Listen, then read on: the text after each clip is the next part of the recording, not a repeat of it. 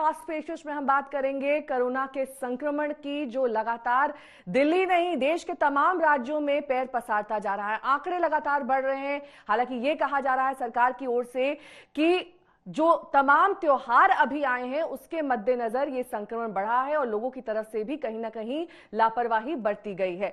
लेकिन इस पूरे संक्रमण पर चर्चा करने के लिए हमारे साथ 3 खास मेहमान हैं, उनसे हम बातचीत को आगे बढ़ाएंगे। लेकिन उससे पहले आपको ये बता दें कि दिल्ली में एक दिन में 7,500 से ज्यादा नए मामले सामने आए हैं। 131 लोगों की जान चली गई है।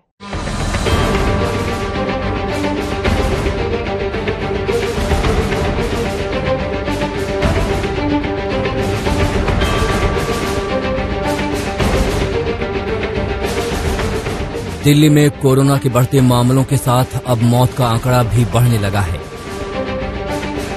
सर्दियां बढ़ने के साथ कोरोना और भी ज्यादा जानलेवा साबित हो रहा है। पिछले 24 घंटे में दिल्ली में कोरोना से होने वाली मौत के मामलों का रिकॉर्ड टूट चुका है। एक दिन में 131 लोगों की कोरोना से मौत। दिल्ली में कोरोना का आंकड़ा 5 लाख के पार। महज 10 दिन में सामने आए करीब 60,000 नए केस। दिल्ली में कोरोना की यह तस्वीर दहशत पैदा करने वाली है। आंकड़ों के मुताबिक दिल्ली में 24 घंटे में 6,396 नए मामले सामने आए। इस वक्त दिल्ली में 42,400 से ज्यादा एक्टिव केस हैं। कंटेनमेंट जोन की संख्या भी बढ़कर 4,444 पहुंच गई है। बीते 24 घंटे में दिल्ली में 62,232 टेस्ट किए गए। कोरोना संकट के बढ़ते मामलों को लेकर सरकार भी हरकत में आई है।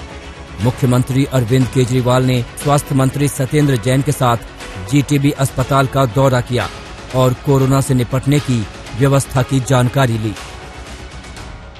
लगभग 446 आईसीयू अभी अवेलेबल हैं। 450 के करीब मोटा मोटा मान लेते हैं आईसीयू अवेलेबल है। और सरकार ने आज कुछ अहम निर्णय लिए हैं कोरोना के बेड बढ़ाने के लिए और आईसीयू बेड्स बढ़ाने के लिए। दिल्ली सरकार ने अपने सभी कोरोना अस्पतालों के मेडिकल डायरेक्टर को इजाजत दी है कि वो चौथे और 5वें साल के एमबीबीएस के छात्रों, इंटर्न और बीडीएस पास डॉक्टरों को कोरोना ड्यूटी में लगे डॉक्टरों की मदद के लिए नियुक्त कर सकते हैं। केजरीवाल ने कहा कि दिल्ली में कोरोना संकट से निपटने में अस्पताल दिन रात मेहनत कर रहे हैं। ऐसा मैनेजमेंट दुनिया के बड़े बड़े देशों में और दुनिया के बड़े बड़े शहरों में नहीं देखा गया, जिस तरह से हमारे दिल्ली के डॉक्टर्स ने और कर्मचारियों ने जिस तरह का शानदार मैनेजमेंट किया है। लॉकडाउन को लेकर अरविंद केजरीवाल ने कहा है कि अगर बहुत जरूरी हुआ तभी 1-2 बाजारों को कुछ दिन के लिए बंद किया जाएगा। इस बीच दिल्ली की शादियों में अब 200 की जगह 50 लोगों के शामिल होने के प्रस्ताव को एलजी की भी मंजूरी मिल गई है। कुल मिलाकर दिल्ली में सर्दियां बढ़ने के साथ कोरोना के मामलों पर काबू पाना बड़ी चुनौती साबित होने जा रही है। कुमार कुणाल, दिल्ली आज तक। हमारे साथ डॉक्टर राजेश एम पारिक जी हैं, जो कि डायरेक्टर हैं medical research and neuro psychiatrist, Jaslok अस्पताल, मुंबई। साथ ही हमारे साथ डॉक्टर नीरज निश्चल जुड़ गए हैं, associate professor, department of medicine, AIIMS. और साथ ही डॉक्टर एमसी मिश्रा, पूर्व निदेशक, एम्स, हमारे साथ जुड़ गए हैं। सबसे पहले डॉक्टर एमसी मिश्रा, आपका रुख करते हुए, क्योंकि दिल्ली में इस वक्त हालात बेकाबू होते जा रहे हैं। एक दिन में 131 मौतें, 7,500 से ज्यादा मामले। ऐसे में आपका वर्जन क्या है? ये थर्ड वेव की शुरुआत है, थर्ड वेव का पीक है, या फिर आने वाले वक्त में और ज्यादा बदतर हालात आप देख रहे हैं? बिल्कुल, आपने ठीक बात कही। हम लोग ये बात कह रहे हैं पिछले 1.5 महीने से, जब से नवरात्रे और दशहरे शुरू हुए। हम लोगों का ये अनुमान था कि बिकॉज ऑफ ये जो त्योहारों का मौसम आ गया है, इसमें ज़रूर केसेस में बढ़ोतरी होगी, क्योंकि कहीं ना कहीं लोगों में अपने तरफ से भी थोड़ा फैटीग है कि हम 6-8 महीने से बंद हैं। दूसरा, शॉपिंग का जो चल रहा है, बाज़ारों में जो भीड़ आप लोग दिखा रहे हैं, उसके अलावा जब भी नवरात्रे या दुर्गा पूजा या पंडालों में और दशहरे पे फिर अब दिवाली का जो शॉपिंग का हमने हाल देखा, उसमें तो ये लग ही नहीं रहा कि कोविड जैसी कोई समस्या देश में चल रही है। लोगों को तो ऐसी कोई फीलिंग आई नहीं रही है। मास्क जैसे अभी मैंने लगाया हुआ है, मैं तो अकेला बैठा हूं कमरे में, तो मैंने इसीलिए लगाया हुआ है कि ज्यादातर लोग मास्क अगर है भी तो इस अवस्था में रख रहे हैं मास्क को। उनको मास्क को ऐसे रखना चाहिए। आधे लोग तो मास्क को ऐसे रखते हैं और ज्यादातर लोग मास्क को ऐसे कर लेते हैं। आप सब्जी वाले से सब्जी खरीदिए, मास्क ऐसे है। और कहीं पे भी बाजार में जाइए, मास्क इस तरह से है। आपने देख लिया, बिहार इलेक्शन भी हो गए, अब छठ का चल रहा है, इतनी कंट्रोवर्सी चल रही है कि दिल्ली गवर्नमेंट कह रही है उसके पब्लिक प्लेसेस में नहीं अलाउ करेंगे। और तो उस पर पूरी इतना वो चल रहा है कंट्रोवर्सी 2 दिन से, बिना किसी मतलब के। ये लोगों के अपने स्वास्थ्य अपने हाथ में लेना चाहिए कि खुद अपना प्रिकॉशन लें। सरकार नहीं कहे तो सरकार को फोर्स करें। क्रैकर्स को कम किया गया दिल्ली में। गुड़गांव में मैं रहता हूं, वहां तो क्रैकर्स फॉर्चुनेटली नहीं चले उतने, लेकिन दिल्ली में तो कह रहे हैं दिवाली पर क्रैकर्स भी चले। टेम्परेचर्स कम हो गए हैं। हम गर्मियों में कहते थे कि एसी एनवायरनमेंट में मीटिंग्स मत करिए, एसी एनवायरनमेंट में वेंटिलेशन करिए, खोल दीजिए खिड़कियां दरवाजे। अब चूंकि सर्दी हो गई है तो लोग अब खिड़की दरवाजे फिर पोल्यूशन की वजह से घर के दरवाजे खिड़कियां बंद करने पड़ रहे हैं। उससे भी घरों में अब आप देखिए हर घर में इन्फेक्शन फैला हुआ है इस समय। जहां मैं रहता हूं करीब मैं समझता हूं अगस्त और सितंबर तक वहां कोई केसेस नहीं थे। आज रोज हमारे ग्रुप पे आता है फलाने टावर में फलाने घर में सारी फैमिली संक्रमण हो गया है। तो इस तरह के लोगों ने दिवाली में पार्टीज माने नहीं, लोगों ने पार्टियां करी। अब उन छोटी पार्टी से इतना संक्रमण फैला है और जिसका अभी कोई रोकथाम नहीं हो रही। और अभी तो आपके 25 नवंबर को बहुत शादी का एक बहुत बड़ा वो आ रहा है, साह लगा रहा है, जिसमें शादियां होंगी, इन्विटेशंस हैं। मैं तो जितने इनविटेशन मेरे को आए, निमंत्रण आए, मैंने सबसे यही रिक्वेस्ट की कि भाई वेब लिंक क्रिएट कर दीजिए, हम वेब पे जुड़ेंगे शादी में, हम फिजिकली नहीं आएंगे शादी में। अब आप दिल्ली में तो उन्होंने 50 लोगों का डॉक्टर साहब, नंबर मैं कर लौटूंगी आपके पास। जसलोक अस्पताल से हमारे साथ डॉक्टर राजेश पारिक जी जुड़े हुए हैं। डॉक्टर राजेश, मुंबई में इस वक्त क्या स्थिति है? क्योंकि एक वक्त ऐसा था जब महाराष्ट्र ने सारे राज्यों को पछाड़ दिया था, लेकिन इस वक्त स्थिति थोड़ी बहुत नियंत्रण में है।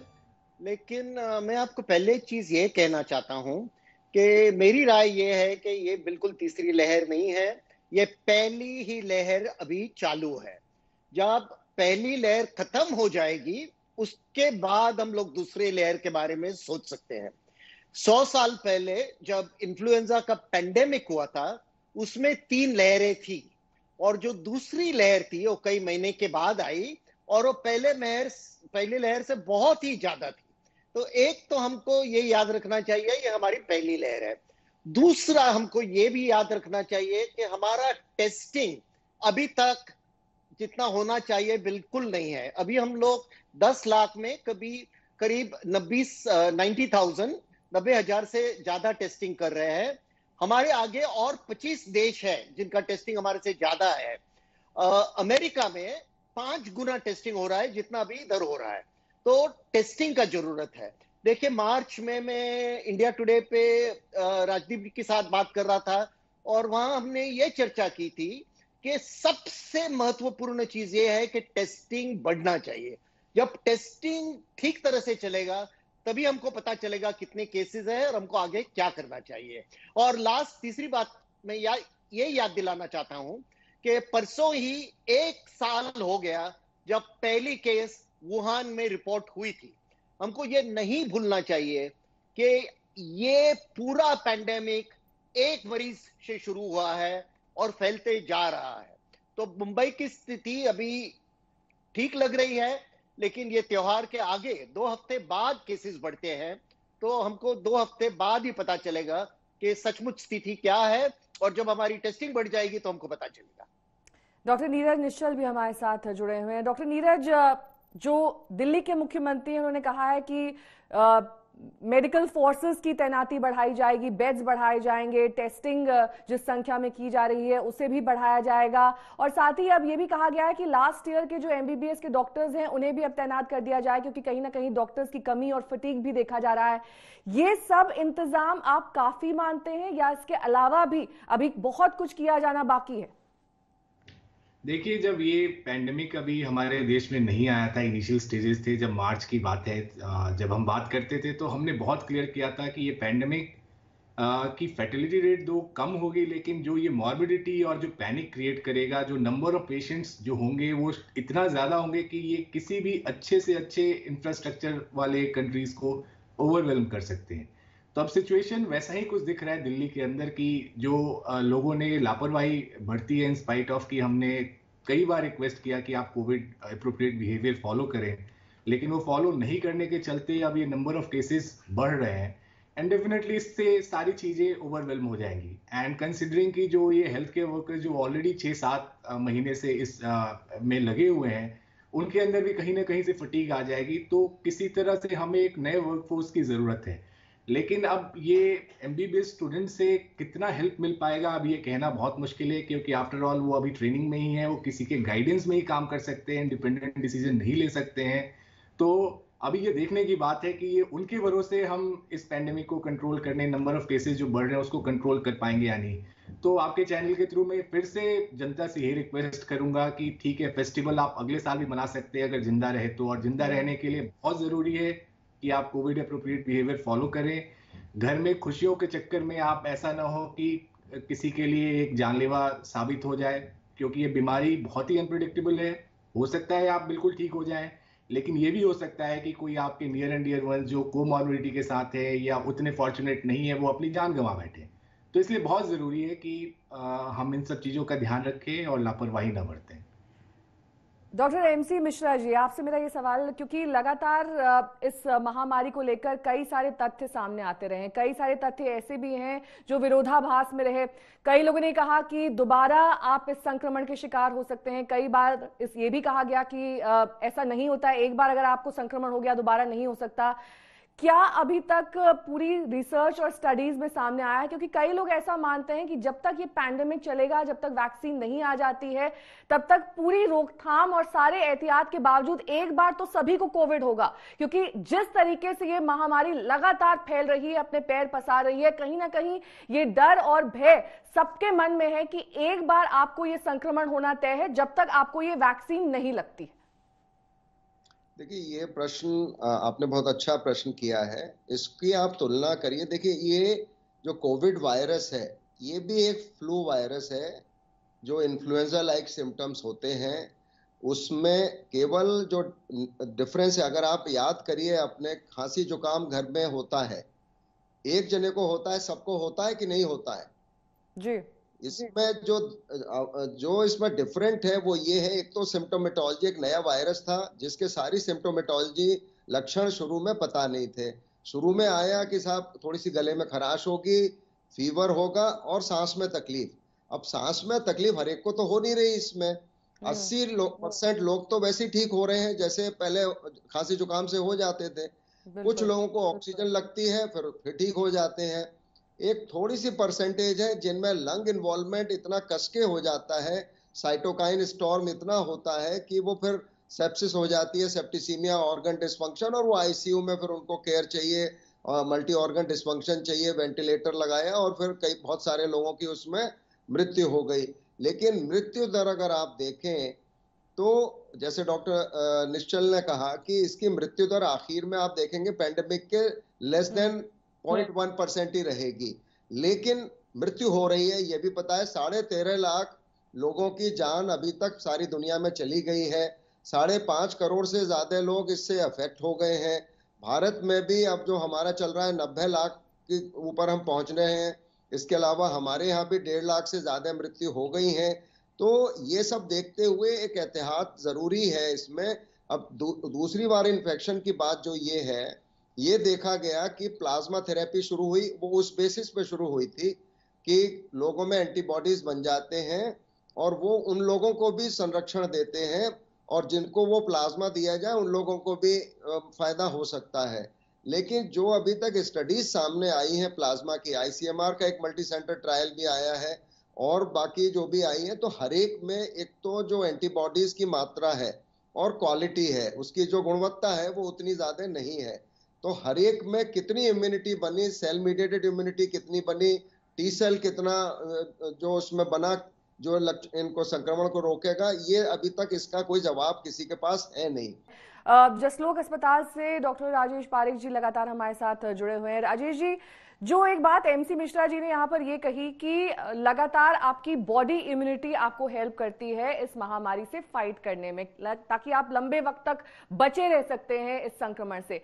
लेकिन एक और चीज जो इस महामारी के साथ जुड़ी हुई है वो है सोशल स्टिग्मा, यानी कि अगर आपको कोरोना पॉजिटिव आप पाए जाते हैं, टेस्ट आपका पॉजिटिव निकलता है, बहुत सारे लोग इसे सार्वजनिक ही नहीं कर रहे हैं और यहां तक कि अगर अथॉरिटीज को पता लग जाता है और वहां पर स्टिकर लग जाता है उनके घर के बाहर, तो वो स्टिकर तक उखाड़ देते हैं।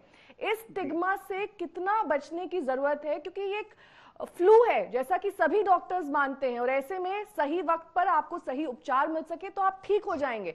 आपको किसी भी तरीके के टेस्ट से नहीं बचना चाहिए, ना ही इस बात से डरना चाहिए कि आप अस्पताल जाएंगे उसके बाद वापस लौटेंगे, आपको आइसोलेशन पीरियड में जाना पड़ेगा। ये सब चीजों को दरकिनार करते हुए लोगों को किस तरीके से अपने माइंडसेट को बदलने की जरूरत है? जी बिल्कुल, आप बोल रही है सही है, माइंडसेट को बदलने की जरूरत है। जो भी डॉक्टर मिश्रा जी बोले उससे मैं सहमत हूं कि रीइंफेक्शन के ज्यादा केसेस नहीं है। पूरी दुनिया में 40 और 50 के बीच में ही रीइंफेक्शन के केसेस का रिपोर्ट हुआ है। बंबई में 4 केसेस का रिपोर्ट हुआ है। तो रीइंफेक्शन के चांसेस कम है, लेकिन है। हमको ये नहीं भूलना चाहिए कि ये नई बीमारी है, इसका रिसर्च अभी चालू है और इसको अभी हम लोग पहचान रहे हैं। अभी इस हफ्ते में जो रिसर्च पब्लिश हुआ है ये भी दिखा रहा है एक्सक्यूज मी, पहले बार दिखा रहा है कि शायद 1 साल तक भी इम्यूनिटी चलेगा। तो लेटेस्ट रिसर्च दिखा रहा है कि इम्यूनिटी लंबे तक चल सकता है। ये प्लाज्मा थेरेपी के बाद में आपके ही चैनल पर आज तक की मैंने मई महीने में कहा था कि इसमें ज्यादा आशा नहीं रखना। जितना कैंपेनिंग हो रहा था, ये हो रहा था, उससे मैंने लोगों को कहा था कि फॉल्स होप, आशा नहीं रखना, क्योंकि इसमें भी रिस्क है। और अभी आईसीएमआर के स्टडीज, पूरी दुनिया में स्टडीज आए, ये प्लाज्मा थेरेपी का कोई भी मतलब नहीं है। तीसरी बात यह है कि हाँ, मिश्रा जी बोल रहे हो खांसी जुकाम के जैसे है, लेकिन बहुत ही बड़ा फर्क है। खांसी जुकाम से लॉकडाउन नहीं होता है, खांसी जुकाम से माइग्रेंट लोगों की तकलीफ नहीं बढ़ती है, और खांसी जुकाम से इतनी मौतें नहीं होती है। तो ये सही है कि हमको डिस्टिग्मेटाइज करना चाहिए, लेकिन हमको सावधान भी रहना चाहिए। हमने एक एक्सट्रीम से दूसरे एक्सट्रीम पर नहीं जाना चाहिए कि इसमें कुछ नहीं है, हम फिक्र नहीं करेंगे। हमको बहुत सावधान रहना चाहिए। लेकिन आप जो बोल रही हो बिल्कुल सही है। जब हम इतना स्टिग्मा रखेंगे इस पर, तो लोग केसेस रिपोर्ट नहीं करेंगे, क्लोज रिपोर्ट नहीं करेंगे, तो ये फैलते जाएगा। इसका एक ही सबसे बड़ा सोल्यूशन है कि जितने केसेस है उसको टेस्टिंग से डिटेक्ट करना चाहिए, और जैसे ज्यादा लोगों में ये डिटेक्ट हो जाएगा तो फिर तो स्टिग्मा कम ही हो जाएगा। बिल्कुल, क्योंकि हर घर में, जैसे मिश्रा जी बोल रहे थे, किसी न किसी को हो जाएगा, तो स्टिग्मा वैसे भी ऑटोमेटिकली कम हो जाएगा। और अब कोर्ट ने भी ये बात मानी है। कल दिल्ली हाई कोर्ट ने टिप्पणी की है कि अगर जान बचेगी तभी त्योहार मना पाएंगे, और ऐसे में लोगों को खास ध्यान रखने की जरूरत है। जो जितने भी त्योहार अभी आ रहे हैं उसके मद्देनजर कहीं पर भी भीड़ भाड़ ना करें, ये माना गया है। डॉक्टर नीरज निश्चल भी लगातार हमारे साथ जुड़े हैं। डॉक्टर नीरज, जिस तरीके से फेज वाइज अनलॉक किया गया, जिस तरीके से तमाम ढील दी गई, उसके बाद हमने एक नया सर्ज, एक नया राइज देखा कोरोना के मामलों में। हालांकि उसमें त्योहार का भी बहुत बड़ा योगदान था, लेकिन इस बात से इनकार नहीं किया जा सकता है कि टेस्टिंग भी बढ़ी है और यही वजह है कि ज्यादा केसेस रिपोर्ट हो रहे हैं। देखिए, टेस्टिंग बढ़ने से केस ज्यादा रिपोर्ट हो रहे हैं, ये कहना थोड़ा गलत है। क्योंकि अगर टेस्टिंग बढ़े, केसेस ना हो, तो वो केसेस, पॉजिटिव केसेस बढ़ेंगे नहीं। तो जो अनलॉक की प्रक्रिया शुरू की गई थी, क्योंकि देखिए लाइफ लॉकडाउन में पूरी तरह से हमेशा के लिए नहीं चल सकती है। ये वायरस हमारे सोसाइटी में आ चुका है, तो लॉकडाउन अगर करके कल दोबारा खोलते हैं, फिर से वापस वही परेशानी शुरू होगी। अगर हम जो कोविड अप्रोप्रिएट बिहेवियर की बात कर रहे हैं, अगर वो हम नहीं करते हैं, तो हमें वायरस के साथ सरवाइव करने का जो तरीका जो हमने सजेस्ट किया था कि भाई मास्क पहनिए, सोशल डिस्टेंसिंग फॉलो कीजिए, हैंड हाइजीन के बारे में बात कीजिए, अगर बीमार है तो घर के बाहर नहीं निकलिए। जो टेस्टिंग की बात है, आप टेस्टिंग करेंगे। अगर मुझे कोई बीमारी के सिम्टम्स है, अगर मैं किसी को बताऊं ही नहीं, घर पे रहूं या फिर अपने दोस्तों से मिलूं, वर्क प्लेस पे जाऊं, टेस्ट नहीं करवाऊं, तो फिर ये पिक होगा नहीं, प्लस मैं इतने लोगों को इन्फेक्ट करूंगा। तो ये बिहेवियर चेंज करने की बात है। जब तक आप बिहेवियर चेंज नहीं करेंगे, कोई सरकार, कोई पुलिस, कोई मिलिट्री इस पेंडेमिक को कंट्रोल नहीं कर सकती है एक डंडे के बल पे। तो ये एज अ ह्यूमन सोसाइटी में रहने का जो हमारी जो रिस्पॉन्सिबिलिटी है, ये कि अगर हम बीमार हैं तो हम टेस्ट कराएं, और जब तक टेस्ट रिपोर्ट नहीं आता हम आइसोलेट रखें अपने आप को। कोई भी पब्लिक इंपॉर्टेंस की जो बीमारी है, अगर उसके साथ अगर आप स्टिग्मा अटैच करें, फॉर एग्जाम्पल HIV, इनिशियली इसके साथ इतना स्टिग्मा था, दैट्स वाई कि पूरे वर्ल्ड में फैल गया, लोग छुपाते रहते थे, और एक तरह से ये वर्ल्ड वाइड पैंडेमिक की तरह हो गया। लेकिन एक बार जब स्टिग्मा इस बीमारी से हटा दिया गया तो एवरीथिंग फॉल इन प्लेस, और अब जो है HIV को लेकर हम उस वे में परेशान नहीं होते हैं, और ये बीमारी मोर और लेस कंट्रोल हो चुका है। तो वैसे ही कोविड-19 के साथ शुरू में हमने काफी स्टिग्मा अटैच कर दिया। हम जो सोशल डिस्टेंसिंग की बात करते थे, उसकी जगह लोगों ने इमोशनल डिस्टेंसिंग अपनाना शुरू कर दिया। अगर किसी को कोविड हो गया, उसको बाइकआउट एक तरह से करने लगे, रादर देन कि उनका हालचाल। ऑफ कोर्स घर के अंदर जाकर आप नहीं पूछिए, लेकिन हमारे पास मीन्स ऑफ कम्युनिकेशन है, वीडियो कॉल करके, फोन कॉल करके आप पूछ सकते हैं, हालचाल पूछ सकते हैं, कोई सामान की जरूरत है उनके घर बाहर रखवा सकते हैं। तो इस तरह से जब तक हम अपना बिहेवियर चेंज नहीं करेंगे, ये स्टिग्मा रहेगा, नंबर ऑफ केसेस बढ़ते रहेंगे। सिर्फ टेस्टिंग बढ़ने के चलते नंबर ऑफ केसेस नहीं बढ़ रहे हैं, क्योंकि एक्चुअल में नंबर ऑफ केसेस बढ़े हुए हैं, and that has to be taken into account.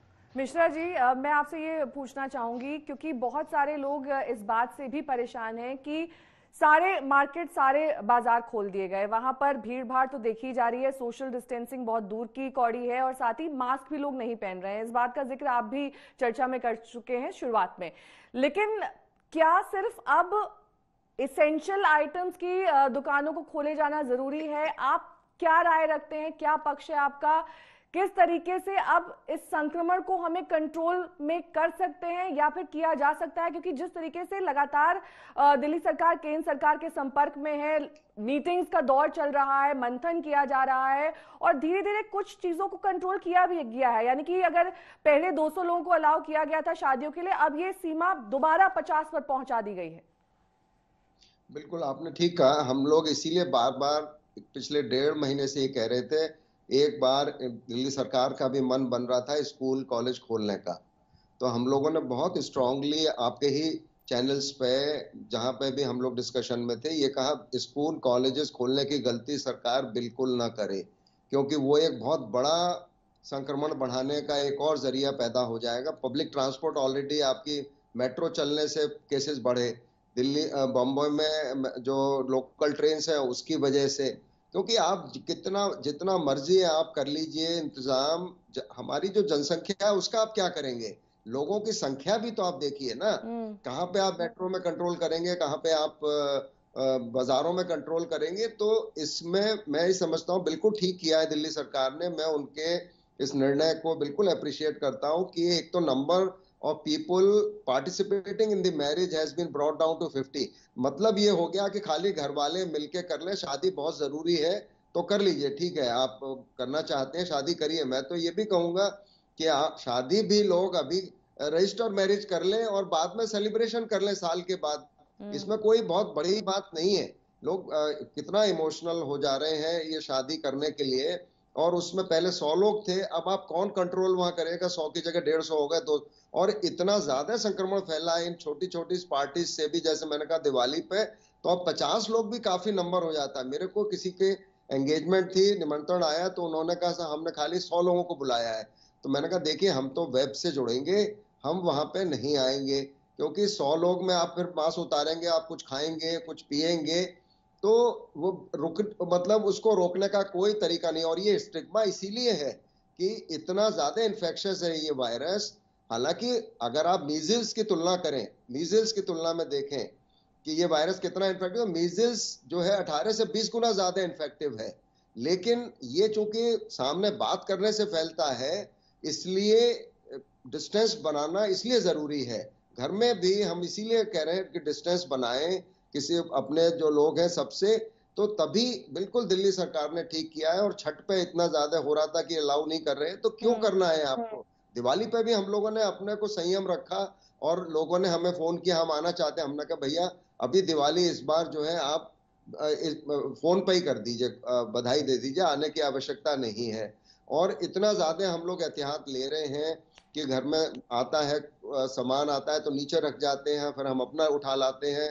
बिल्कुल, हम लिफ्ट में भी जाते हैं तो मास्क लगा के जाते हैं। अभी ठीक है, दफ्तर में भी बैठा हूं मैं, कोई भी आता है मैं फौरन मास्क अपने मुंह पे लगा तमाम लेता हूं। त्योहारों, चाहे वो गणेशोत्सव ही क्यों ना हो, महाराष्ट्र में हमने देखा था किस तरीके से वहां एहतियात बढ़ता गया और साथ ही पब्लिक गैदरिंग पर भी पाबंदी लगाई गई थी। और वही हाल हमने दुर्गा पूजा पंडालों में भी देखा था, वहां पर भी सोशल डिस्टेंसिंग और यहाँ तक कि किसी को भी पंडाल के अंदर आने की इजाजत नहीं दी गई थी।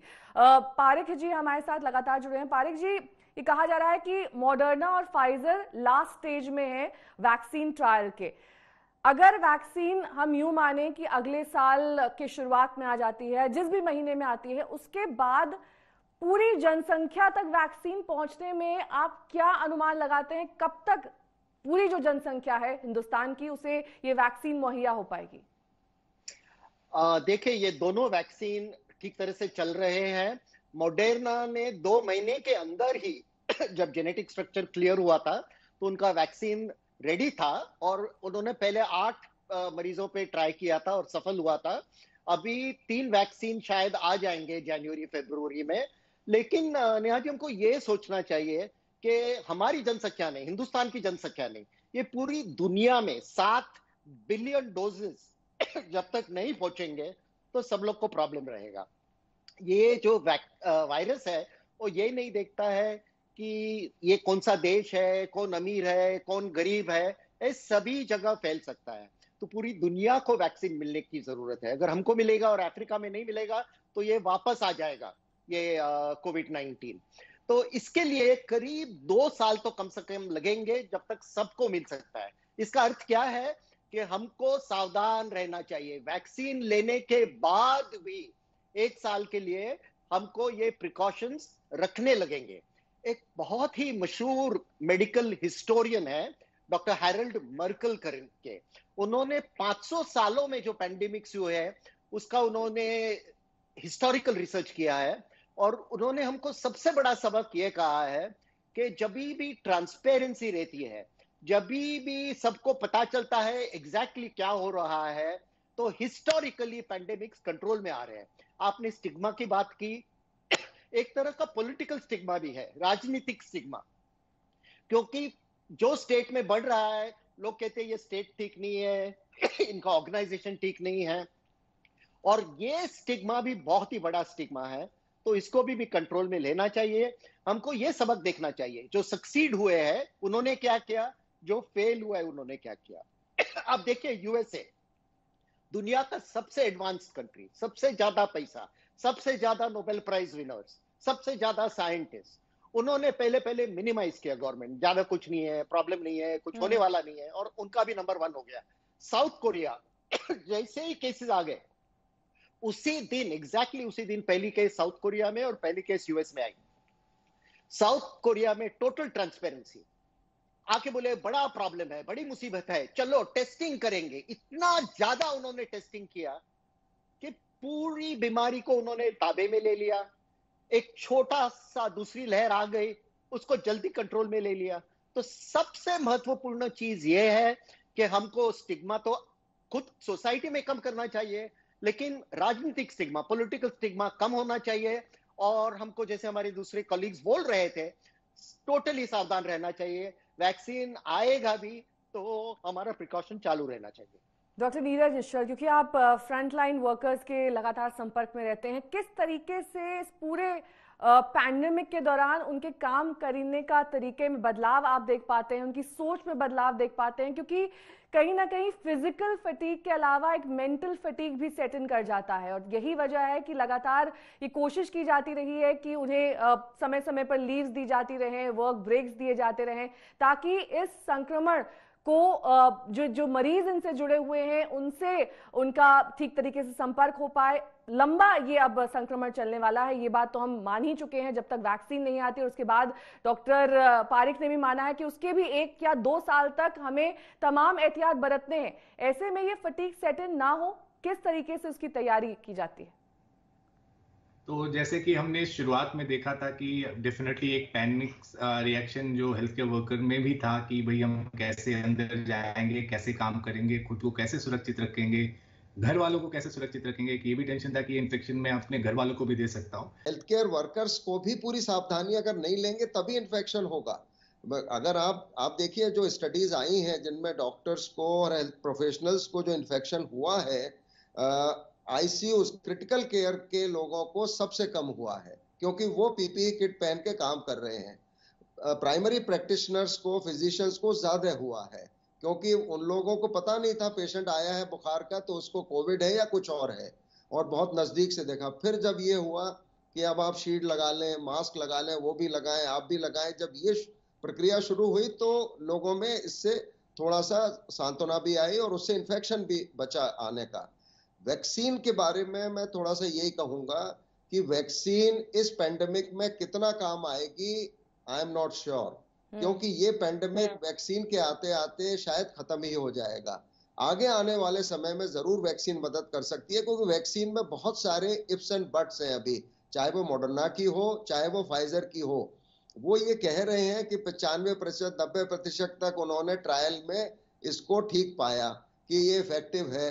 सेफ्टी भी इंश्योर हो गई ज्यादातर वैक्सीन की। जो हमारी 3 वैक्सीन भारत में हो रही हैं, भारत बायोटेक, ऑक्सफोर्ड वाली वैक्सीन और तीसरी जाइडस कैडिला वाली, और स्पुतनिक के भी ट्रायल शुरू हो रहे हैं।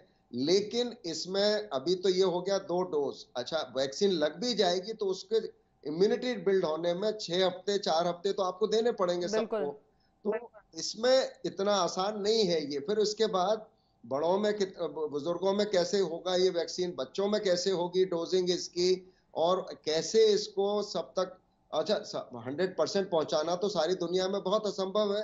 तो उम्मीद ये कर सकते हैं कि भाई 60 से 70% लोगों तक भी वैक्सीन 1.5-2 साल में पहुंच जाए, तो शायद आपको एक हर्ड इम्यूनिटी का जो कंसेप्ट है, herd immunity is not exactly immunity, but अगर अधिकतर लोगों को वैक्सीनेट कर दिया जाए और इन्फेक्शन भी होता रहेगा उस दौरान लोगों को, जैसे दिल्ली के सीरो सर्वे में आया, करीब 1/3 लोगों को जिनमें सर्वे हुआ उसमें एंटीबॉडीज पाए गए, तो उनको लक्षण भी नहीं हुए या बहुत कम लक्षण हुए, पता ही नहीं लगा कि इन्फेक्शन होके निकल गया। ये भी चल रहा है। और इसका जो स्पेक्ट्रम है बीमारी का, एसिम्प्टोमेटिक से लेके सीवियर सिम्टम्स जो हो रहे हैं वो भी है, हम सबको पता है ये बात।